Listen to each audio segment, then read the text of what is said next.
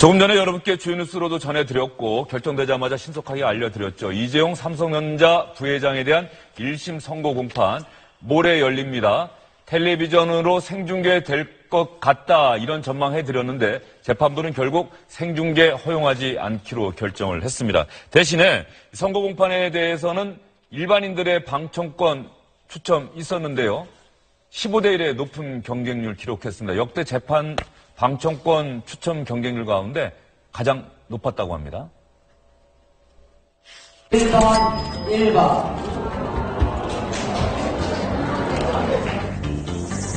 325번 325번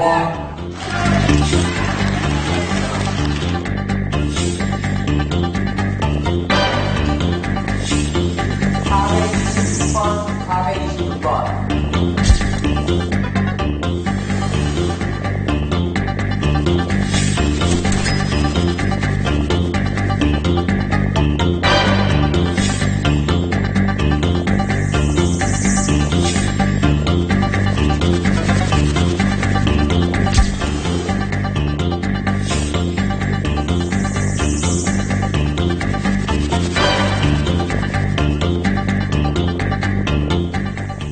재판부가 텔레비전 생중계 허용하지 않기로 결정하면서 방청권 추첨에서 당첨되신 분들은 뭐 기쁨이 오히려 더 커졌겠습니다. 아, 그러니까요. 예. 그런데 재판부가 텔레비전 생중계를 허용하지 않은 이유, 아까 유란 기자도 설명을 좀 했습니다만 네. 좀 구체적으로 설명을 좀 해주시죠.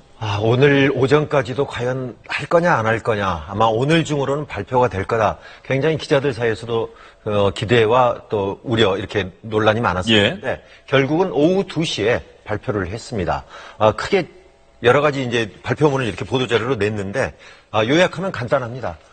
피고인들이 부동의한다. 그러니까 원하지 않는다. 그 다음에 두 번째로는 공개를 함으로써, 그러니까 생방송을 허용함으로써 얻는 공익과 그걸 함으로써 침해당하는 사익, 그러니까 피고인들의 사익, 그거를 비교해 봤을 때 공익이 크지 않다라고 판단해서 결국은 중계하지 않기로, 생중계를 허용하지 않는다라고 결정을 했다고 하는데, 아무래도 법원이 처음이라 상당히 좀 부담을 가졌던 것 같아요. 거기다가 1심이라서 이거는 2심이라든가 3심이라든가 언제든지 또 바뀔 수도 있는 결정인데 이걸 가지고 어떤 기록으로 화면으로 남는다는 것이 재판부로서는 상당히 좀 부담이 컸지 않았나 그런 생각이 듭니다. 그런데 저는 그런 생각이 들더라고요. 네.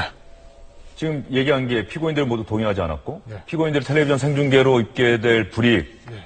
또 생중계를 허용해서 얻게 될 공공의 이익 비교해 봤을 때 피고인들이 입을 손해 절대 작지 않다.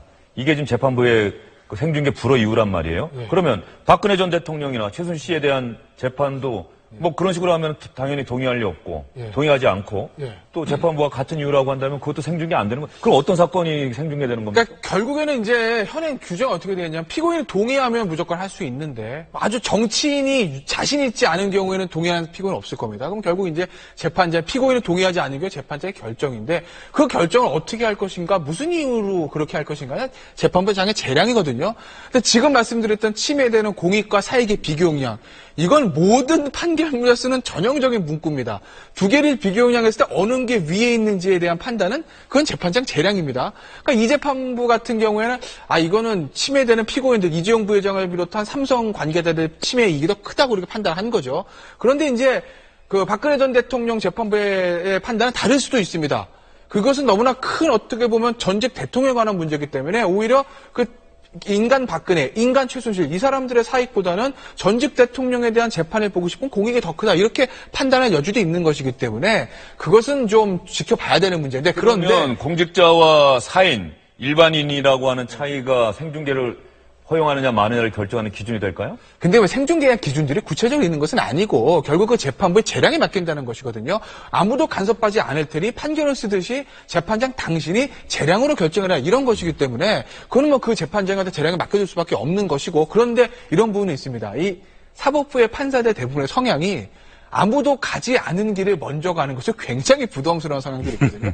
그래서 이제 판례를 따르고 선례를 따르는 거죠. 그래서 만약에 혼자 개인적인 예측인데 이 박근혜 전 대통령의 1심 재판도 만약에 공개를 불허한다고 하면 아마도 최초로 공개되는 사건은 박근혜 전 대통령의 대법원 선고 정도가 되지 않을까 싶습니다. 그렇게 된 1심, 박 전 대통령 1심도 공개하지 않는다는 얘기는 법원의 판사들이 대부분 이 공개에 대한 부담스럽게 생각한다는 것이거든요. 그렇게 되면 아마 그렇게 되면 한 올해 말이나 내년 초쯤에 있을 대법원 선고 정도에 가서야 아마 공개하는 장면을 볼 수 있지 않을까. 김태현 변호사 설명을 들어도 저는 이해는 잘 안 돼요. 이해는 잘 안 되는 부분이 분명히 있어요. 박철호 교수님 어떻습니까? 그러니까 만약에 이런 논리라면 얼마 전에 왜 앞으로 중요한 사건에 대한 재판의 경우는 텔레비전으로 중계하기로 우리가 결정했다고 대법원에서 왜 굳이 공개를 했을까요? 근데 이제 뭐 앞서 말씀하셨듯이 어떤 사례들이 있으면 그 사례에 준해서 할 수 있는데 지금 이 경우는 그래도 우리는 민주국가에서는 어떤 사법부의 독립성 역시 중요하게 여기지 않습니까? 거기서 모든 재판관은 자기 나름의 그 어떤 사명과 그 의무를 갖고서 재판에 임하는데 이 재판관의 경우는 이것이 특히 우리 사회에 있는 어떤 삼성에 대한 그 반감이라든가 이런 것으로 해서 재판이 좀 진지하게 진행되기가 좀 어려울 가능성도 있겠다. 그래서 일반인 방청객 숫자도 30명으로 적정하게 제한을 하고 어떤 재판의 원활한 진행을 위해서 한 것으로 일단 그 재판관의 선의를 믿어야 하지 않을까 생각합니다. 네, 알겠습니다. 이번 결정으로 지금 김태현 변호사도 설명했습니다마는 텔레비전으로 생중계되는 첫 법원의 재판 어떤 사건이 될지 일단 박근혜 전 대통령과 최순실 씨가 되지 않을까 이런 예상을 해봅니다만 그것도 지금 단계에서는 확정적이다 이렇게 말씀드릴 수는 없을 것 같습니다. 그러면 조금 전에 제가 질문을 드렸던 것처럼 방청권 30명으로 제한을 했는데 그 30명에 딱 들어간 사람들은 정말 기분이 좋을 것 같은데 경쟁률이 가장 높았다라고 하는 건데 박근혜 전 대통령이나 최 씨 재판 경쟁률하고 비교해보면 어떻습니까? 그 이재용 부회장 재판이 지금까지는 그 중법정이라고 그래요. 중법정에서 진행이 되어 왔는데 그 법정의 좌석수가 48개랍니다. 이번처럼 30명 신청하면 들어갈 데 없겠죠. 근데 지금 이제 선고일에 방청객하고 취재진이 워낙 많을 걸로 예상이 되고 또 이제 삼성 관계자 이런 사람들이 많을 걸로 보이니까 이번에 대법전 옮겨가지고 150명이 들어갈 수 있는 그 대법전 옮긴 건데 그런데 일반인에 배정된 게 결국은 30석밖에 안 됐죠. 그런데 이제 모인 인원이 454명이 모였다고 합니다. 그러다 보니까 경쟁률은 15.1대 1. 그러니까 박근혜 전 대통령의 첫 정식 재판 경쟁률이 한 7.7이었다고 합니다. 7.7대 1. 그리고 예전에 관심을 모았던 이석기 전 통합진보당 그 의원의 내란 음모 혐의 재판 때가 14.5대 1. 그러니까 이게 제일 사상 최대로 높은 어떤 그런 경쟁률을 보인 거죠. 이 뭐 모인 사람 아까 화면에도 보이겠지만 그 뭐 학생들 뭐 이렇게 정말 기록적인 뭔가 세계적인 재판을 지켜보겠다는 그런 학생들도 있었고 주부들 또 그다음에 고령층 노인들도 아주 많이 각양각색의 사람들이 신청을 한 걸로 해서 그만큼 관심을 보인 걸로 이렇게 재판이라고 볼 수 있겠습니다. 그러면 410명이 넘는 시민들은 왜 이재용 삼성전자 부회장에 대한 선거 공판을 보고 싶어 했을까요? 이재용 부회장이 나오면 표정도 보고 싶기도 하고 또 재판장님이 말씀하시는 거를 제가 직접 한번 들어보고 싶기도 하고 그래서 여기 오게 됐어요. 엄마가 한번 경험해보면 좋을 것 같다고 하셔서 한번 같이 오자고 해서 온 건데. 네, 굉장히 관심이 많았던 게 어쨌든 이제 대한민국이란 나라에서 진짜 큰 일이잖아요. 제가 태어나서 있었던 일 중에 가장 큰 일 같아요. 검찰이 12년을 구형했는데요. 과연 이게 재판부의 판단과 검찰의 판단이 얼마나 일치하는지 그게 궁금해서 참관 신청하게 됐습니다. 진짜 이거 대기번호만 봐도 이게 얼마나 전 국민적으로 관심이 많은 사건인 줄 알 수 있었고요. 학생 때는 곧 교과서에서만 보게 되던 것을 실제로 눈으로 보고 올 수 있는 기회가 생긴 것 같아서 따라서 오게 됐습니다.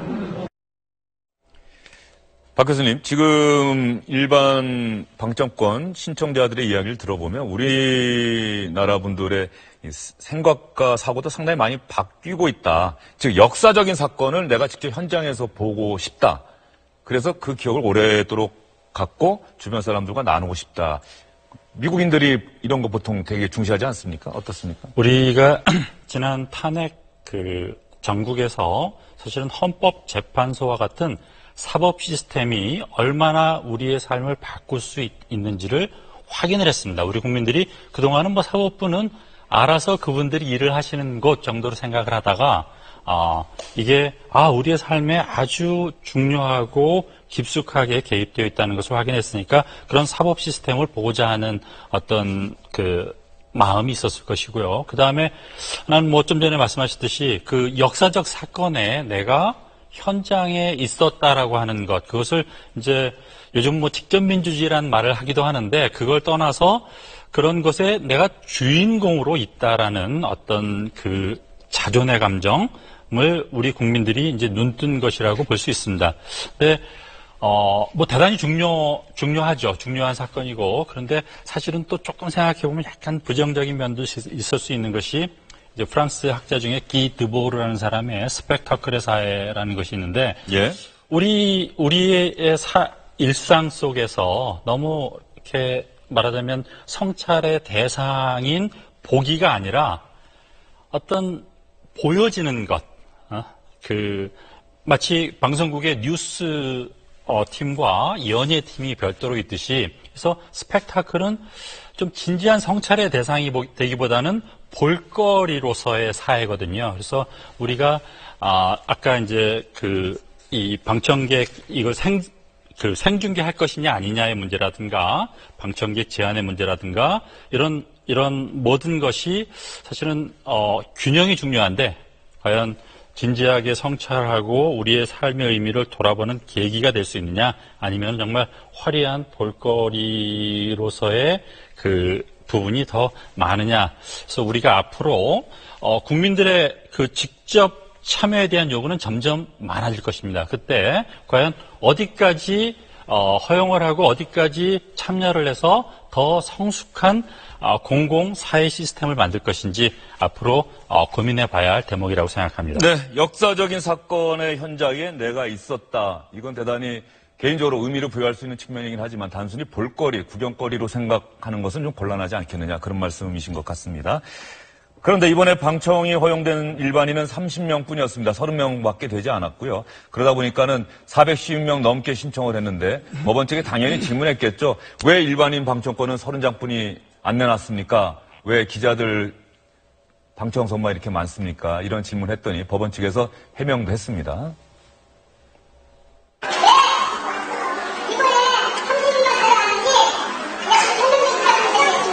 이번에 질서 유지라든지 보안 관련해서 잘 지원했고요. 그리고 또 하나는 결신공판 같은 경우에 피고인 가족들이랑 변호인들이 많이 왔었는데 다 못 들어갔습니다. 그래서 지금 선거공판에는 가족들이라든지 관련 변호인들이 더 많이 오기 때문에 그쪽 좌석을 많이 확보하다 보니까. 네, 이재용 삼성전자 부회장의 선거 공판에 대한 높은 국민적 관심, 충분히 방청권 경쟁률 15대 1을 기록했다는 것만으로 짐작이 가능한데, 그렇다고 한다면 삼성은 이제 이틀 뒤에 있을 재판 정말 중요할 텐데 당장 모레가 아니라 내일부터 삼성전자는 좀 긴장을 해야 된다고요? 네, 그게 좀 아이러니컬하게 내일 삼성의 대표 노트 시리즈가 나옵니다. 스마트폰이요? 예, 갤럭시 노트 8이라는 상품이 나오는데, 지난번에 이제 7 같은 경우에 배터리 문제로 그때 중간에 생산이 중단되면서 한 7조 원 정도 삼성에 손실을 입혔었죠. 예. 이번에 이제 대표 상품이 나오는 마당에 삼성의 수장이 어떻게 보면 재판을 받는다는 이런 상황이 어떻게 보면 역설적으로 조금 대비가 돼가지고 외신들도 많은 관심을 가지고 있는 것 같습니다.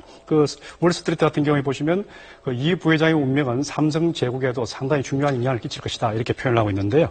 사실 삼성은 지금 어떻게 보면 위기 상황은 어떻게 보면 총수가 구속되어 있기 때문에 위기 상황이라고 볼 수 있지만 경영 상황을 보면 그렇게 나쁘지가 않습니다. 지난 2분기 같은 경우에 한 14조 7천억 정도 어떤 사상 최대 이익을 냈고요. 그리고 이제 올해 같은 경우에도 애플이나 이런 그 세계 유수의 기업들 다 제치고 세계 제1위 제조업체로 이렇게 등극할 그런 걸 보이거든요. 그런 상황에서 이번에 갤럭시 노트가 이렇게 나오면서 어떻게 보면 이런 것들을 어떤 견인할 수 있는 가장 좋은 제품이 나오는 마당에 또 어떻게 보면 이재용 부회장의 1심 선고라는 게 어떻게 상당히 대비되는 모습을 비치면서 어떤 세간의 주목을 끄는 그런 형국을 보이고 있습니다. 예, 삼성전자 입장에서는 내일 있을 갤럭시 노트 8 공개, 그리고 하루 뒤에 모레, 지금으로부터 따지면 모레가 되죠. 모레 있을 이재용 부회장에 대한 선거 공판 다 숨죽여서 지켜볼 수밖에 없을 것 같습니다. 저희는 다음 주제로 넘어가 보도록 하겠습니다.